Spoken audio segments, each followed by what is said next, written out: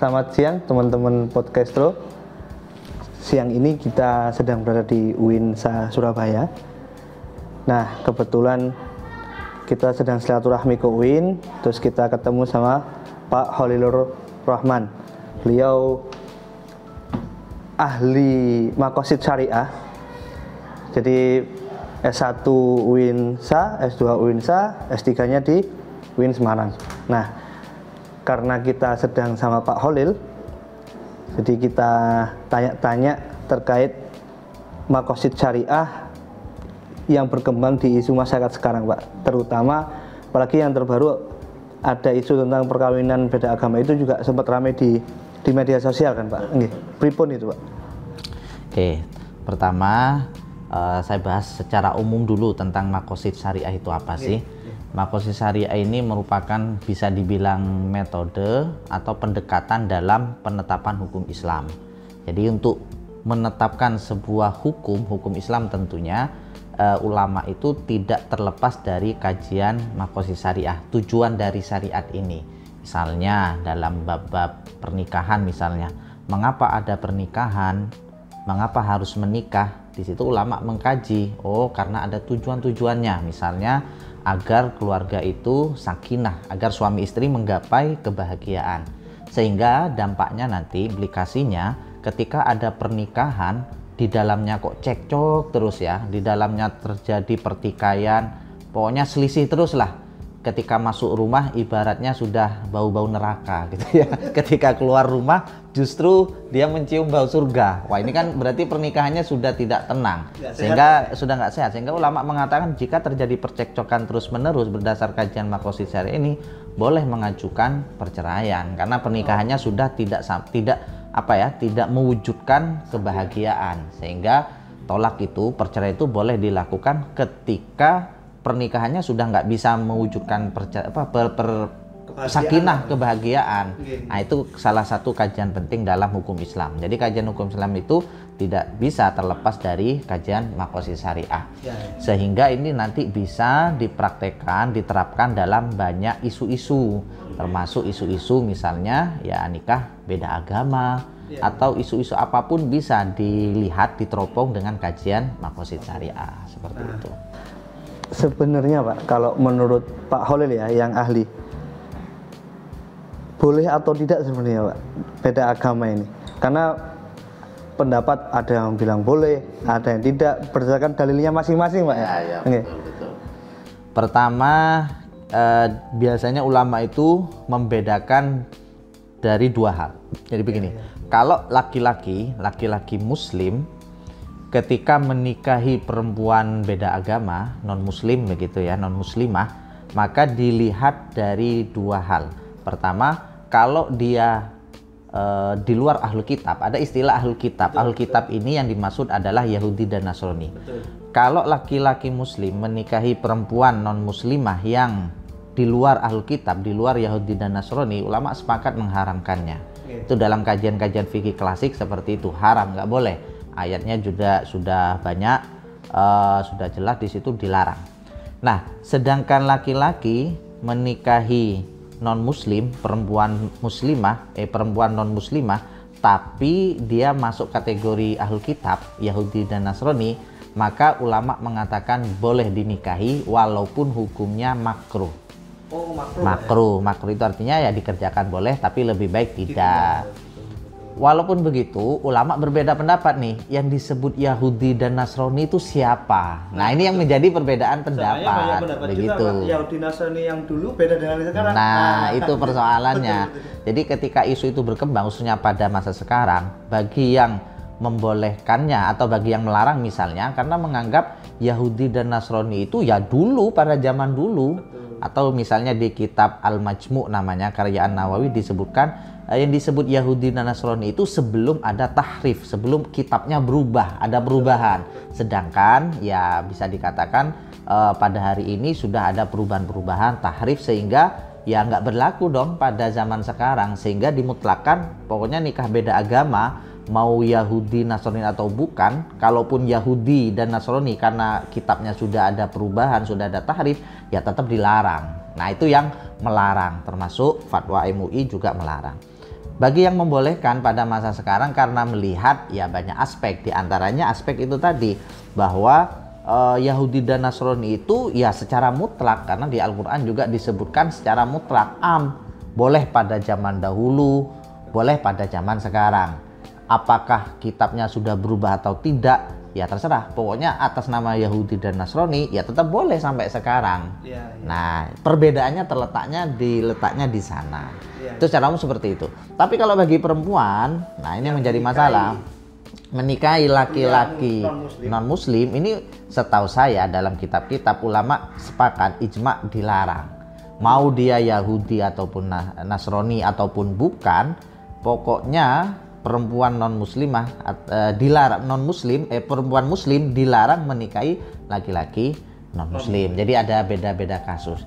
Nah, ulama akhirnya menjelaskan kenapa kok berbeda, kenapa kok dilarang, kenapa kok makruh dan seterusnya. Itu baru masuk pada kajian maqasid syariah. Nah, seperti itu nanti ya. Oke. Nah, apa isu ini mempengaruhi toleransi nggak, Pak? Kira-kira, Pak? Oke. Jadi toleransi itu kan dilihat dalam berbagai aspek ya. Misalnya kalau dalam hal-hal yang sifatnya prinsip seperti ibadah dan akidah, itu kan istilah Al-Quran itu lakum dinukum waliyadin. Silahkan kamu beribadah sesuai teknis agamamu. Yang Islamnya silahkan, yang non-muslimnya silahkan. Begitu juga dalam akidah, dalam kepercayaan, yang Islam ya silahkan ikuti kepercayaannya, nggak usah mempercayai kepercayaan di luar Islam. Itu garisnya jelas. Tapi kalau dalam hal dalam hal muamalah atau kegiatan sosial, kebiasaan, saling tolong menolong, disinilah toleransi yang harus betul-betul dijaga. Sehingga apa? Ketika ada keluarga yang sakit atau ada tetangga yang sakit, ya meskipun beda agama atau bahkan tidak perlu dilihat agamanya apa. Kalau ada yang sakit ya silakan dikunjungi, dan itu yang dilakukan oleh Rasulullah. Bahkan Rasulullah sendiri sangat tegas mengatakan siapa yang menyakiti Yahudi dan Nasrani begitu ya, maka sama saja man azazimian gitu bahasanya. Kafir zimmi itu kafir orang non muslim yang tidak memerangi, fakot azani kata Rasulullah, maka sungguh dia sudah menyakitiku. Nah, itu dalam hal muamalah, kebiasaan, kehidupan sehari-hari, memang toleransi itu harus ya betul-betul dijaga. Tapi kalau bab ibadah, bab muamalah, bab akidah, ini masing-masingnya harus ada. Nah, yang menjadi persoalan lagi, kalau pernikahan itu masuk bab apa? Kan gitu kan ya. Nah, itu yang menjadi persoalan lagi.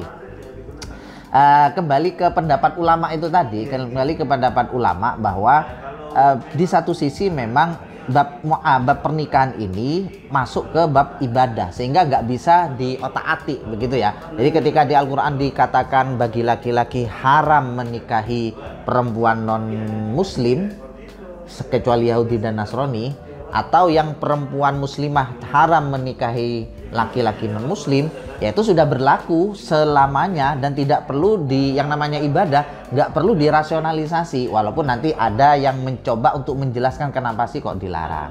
Nah, itu kalau masuk pada ranah ibadah, sehingga nggak boleh diotak-atik, apalagi misalnya atas nama cinta kok dilarang, atas nama kebebasan, atas nama hak asasi manusia, ya itu nggak bisa, nggak masuk dalam ibadah itu.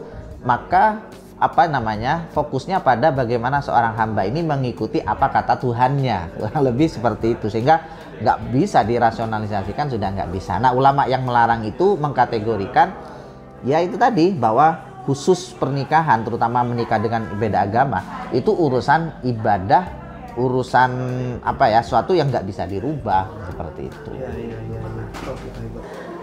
Nah, pernikahan beda agama intinya boleh seorang pria muslim menikahi wanita non muslim. Itu sah, Pak ya? Nah, itu tadi ya, menurut ulama tadi kan berbeda pendapat tuh ya.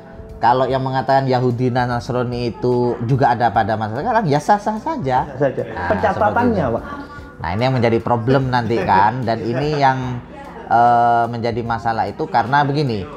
Pertama, kalau bagi umat Islam ya, bagi umat Islam kan seharusnya pencatatannya di KUA. Orang menikah itu di KUA.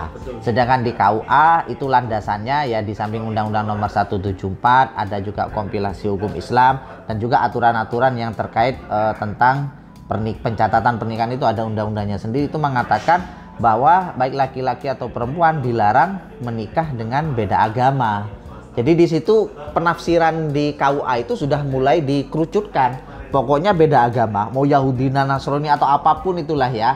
Pokoknya beda agama, KTP-nya bukan Islam, itu sudah nggak boleh. Itu sudah dikerucutkan di sana, ya. Jadi sudah nggak boleh mau Yahudi, Nasrani, ya kalau sekarang barangkali ya Kristen atau apa. Pokoknya agamanya, KTP-nya, kalau KUA kan lihatnya ya KTP ya. Sudah bukan Islam, ya nggak boleh, nggak bisa dicatat. Seperti itu kalau di KUA. Jadi sampai sekarang belum ada mekanisme hukum untuk pencatatan beda agama. Kalau di KUA nggak bisa ya, kan seperti itu.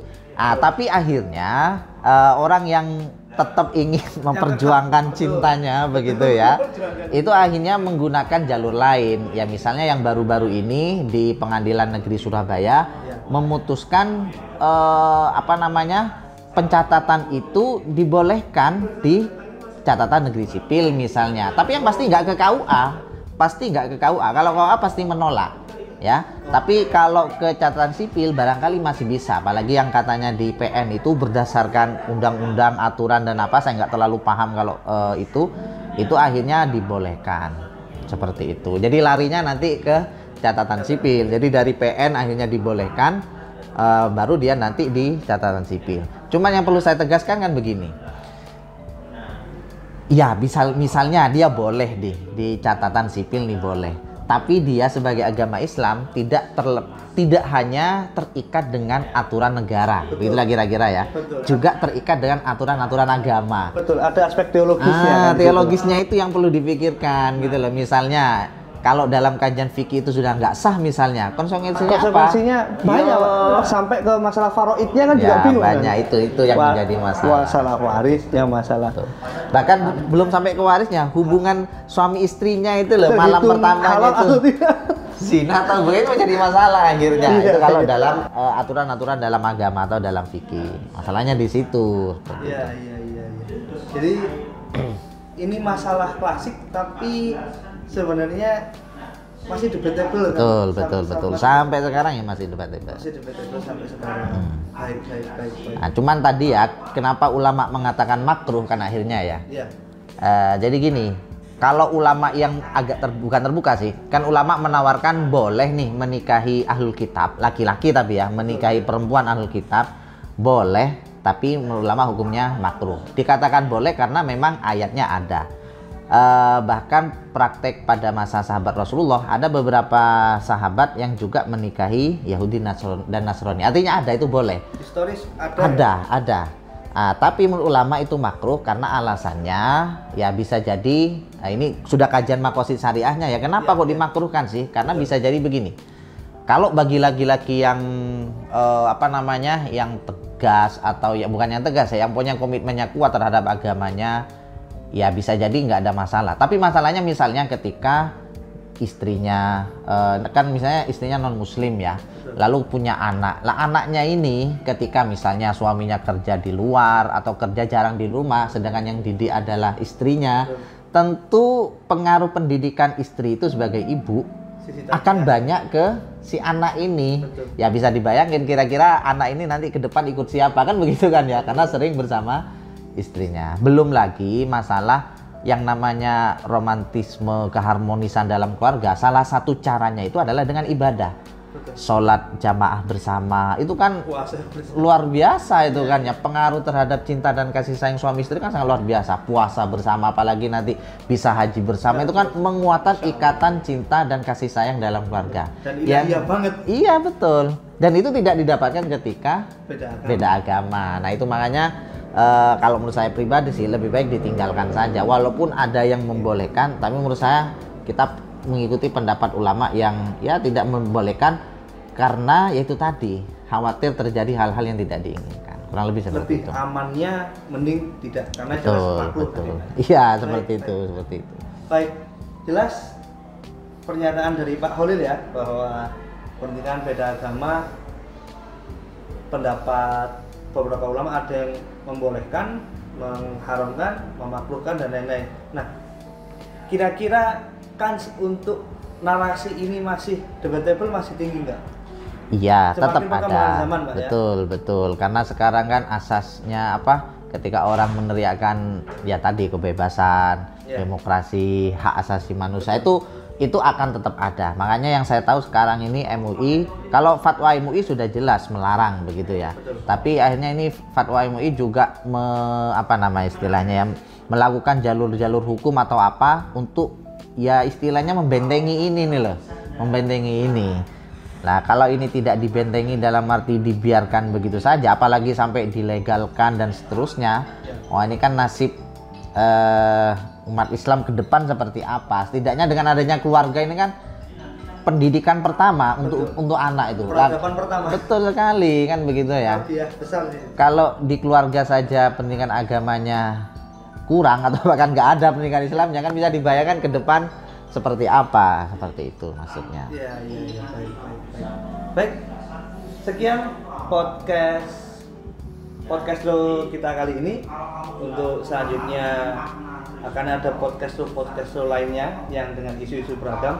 Terima kasih untuk Pak Khalil waktunya dan sudah mau meluangkan, sudah ngobrol-ngobrol. Mungkin sebelum saya tutup ada closing statement, Pak. Oke. Jadi begini, penetapan hukum Islam itu tidak hitam putih. Betul. Ini boleh, ini tidak boleh. Betul. Menurut ulama ini boleh, menurut ulama tidak boleh. Tidak hanya itu. Tapi yang harus dilihat adalah bagaimana ketika memilih sebuah pendapat, sebuah fatwa, dampak yang dihasilkan itu apa. Dampak secara sosiologis. Secara sosiologis iya.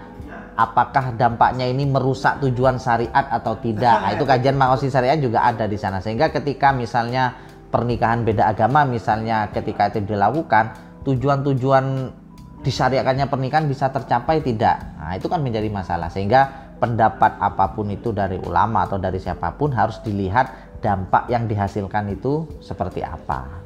Kurang lebih seperti itu yang bisa sampaikan. Mohon maaf jika ada yang keliru, yang salah. Terima kasih. Wallahul muwaffiq ila aqwamit thoriq. Wassalamualaikum warahmatullahi wabarakatuh. Waalaikumsalam warahmatullahi wabarakatuh.